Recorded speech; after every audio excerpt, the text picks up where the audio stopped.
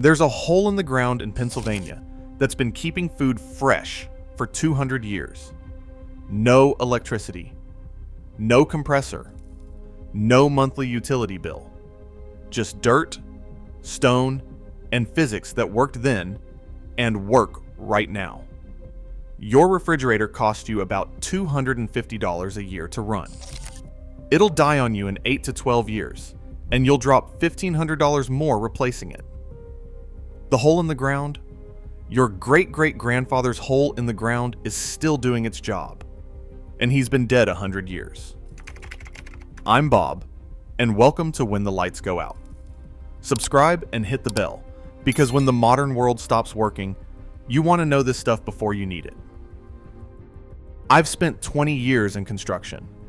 I've torn out enough rotted refrigerator gaskets and dragged enough dead appliances to the curb to know exactly how short the lifespan of modern convenience really is.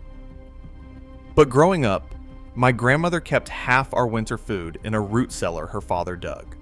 Potatoes lasted till spring. Apples stayed crisp into March. Cabbages, carrots, jars of canned peaches, all of it sitting in a hole in the ground, perfectly fine. And I want to show you exactly how she did it, because this knowledge has been buried for a reason. Around 55 degrees Fahrenheit. That's the temperature 6 feet below the surface of the Earth, almost anywhere in the United States. It doesn't matter if it's January in Vermont or August in Texas. 6 feet down, the soil holds steady. Surface heat doesn't reach it. Surface cold doesn't either. The Earth itself is a thermal battery that's been running on the same setting since long before we showed up.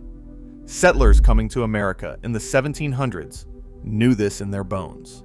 They brought the technique from the Alps, from the German countryside, from Switzerland, from England.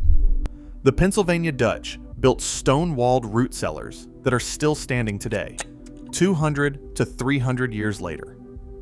In Appalachia, families dug straight into the side of a hill and lined the chamber with rocks.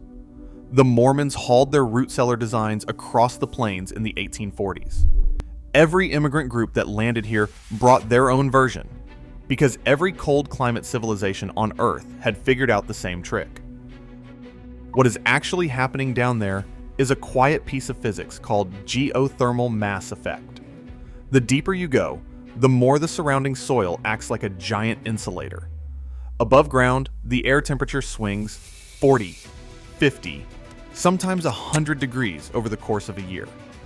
6 feet down, the swing is barely a few degrees. The Earth holds its heat in winter and stays cool in summer. A properly built root cellar uses this directly. Cold air sinks into the chamber through a low intake pipe. Warm air rises out through a high exhaust pipe. The whole thing breathes by itself. No fans, no power, no moving parts. The University of Missouri Extension Service has been publishing data on this for decades.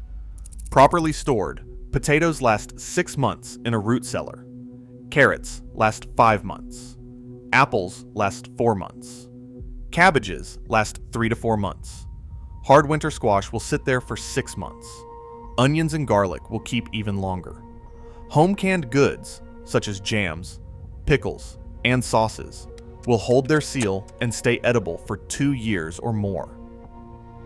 The United States Department of Agriculture published storage charts going back to the Great Depression that confirm every one of those numbers. So, if this works, if it has been working for centuries, if government agencies have published the data, if every family on the continent used it within living memory, why don't you have one?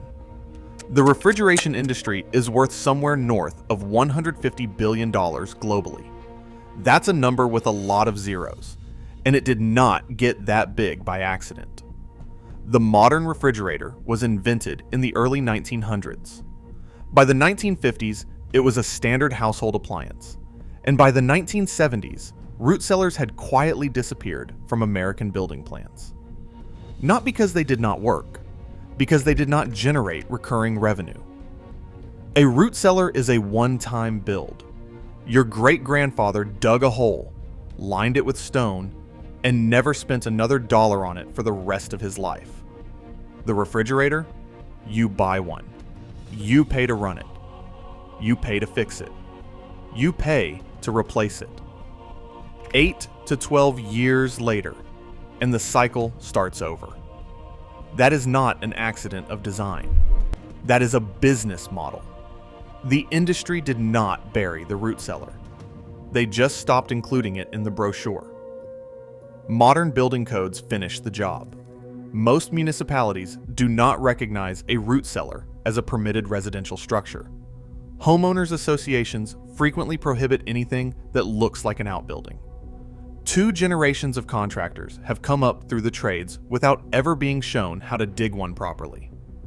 I have been on enough job sites to tell you, almost nobody under 50 in the construction industry has ever built one. The knowledge is not gone. It is just not on the schematic. But you can still build one, and you can do it cheap. The simplest version is the buried barrel cellar. Take a heavy-duty plastic or metal barrel. A 55-gallon drum works. Bury it on its side at a slight angle, with the opening flush to the ground and a hinged lid. Cover the whole thing with a foot of straw and a tarp. Total cost, maybe $50 if you scavenge the drum. It will hold a winter's worth of root vegetables for one family. The next step up is a proper walk-in. Excavate a hole 8 by 10 feet, 6 to 8 feet deep. Line the walls with cinder blocks or salvage stone. Pour a simple gravel floor, never concrete, because concrete traps moisture, and you actually want the floor to breathe a little. Frame a heavy insulated door at the entrance. Run 2 pieces of 4-inch PVC pipe, one low to draw cold air in, one high to vent warm air out.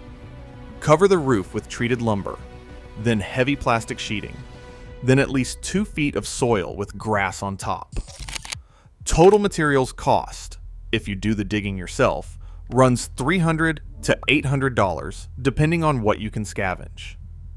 Every piece of that you can get from a hardware store, Tractor Supply, or a salvage yard. The cinder blocks run about $2 each.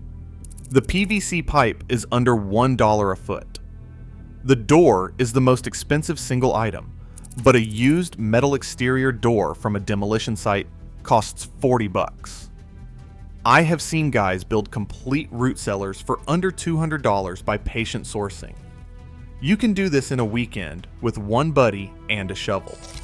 Once it is built, you do not touch it. You do not service it. You do not replace its compressor in 12 years, because there is not one. The Pennsylvania Dutch root cellars I mentioned at the start of this video are 200 years old and still in active use. Your refrigerator will not outlast your dog. What goes in there? Potatoes, carrots, beets, turnips, cabbages, and apples. But not pears.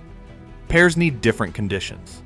Winter squash, garlic, onions, and anything you can put in mason jars, like pickles, jams, sauces, and canned tomatoes.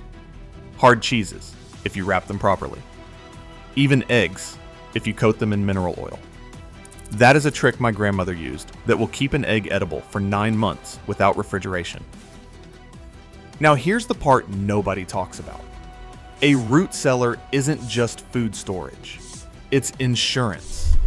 When the lights go out, when the grid hiccups for 3 days, like it did in Texas in 2021, when an ice storm takes out the power for a week, when whatever's coming next finally arrives, the people who lose everything are the people whose food lives in a powered box. The people with a root cellar lose nothing. They open the door, grab a potato, close the door. The system was working when their grandfather was alive. It's working now. It'll keep working long after the next blackout. Your grandfather didn't need an electric box to feed his family. Neither do you. The kind of knowledge that matters most when the lights go out isn't fancy. It isn't expensive. It's just been quietly forgotten on purpose. Build one this summer. Stock it this fall. You'll never look at your fridge the same way again.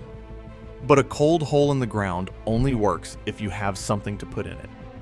In the next video, we are talking about 10 foods your grandmother stored for 25 years without a single watt of electricity. Subscribe to When the Lights Go Out. Watch the next video appearing on your screen right now.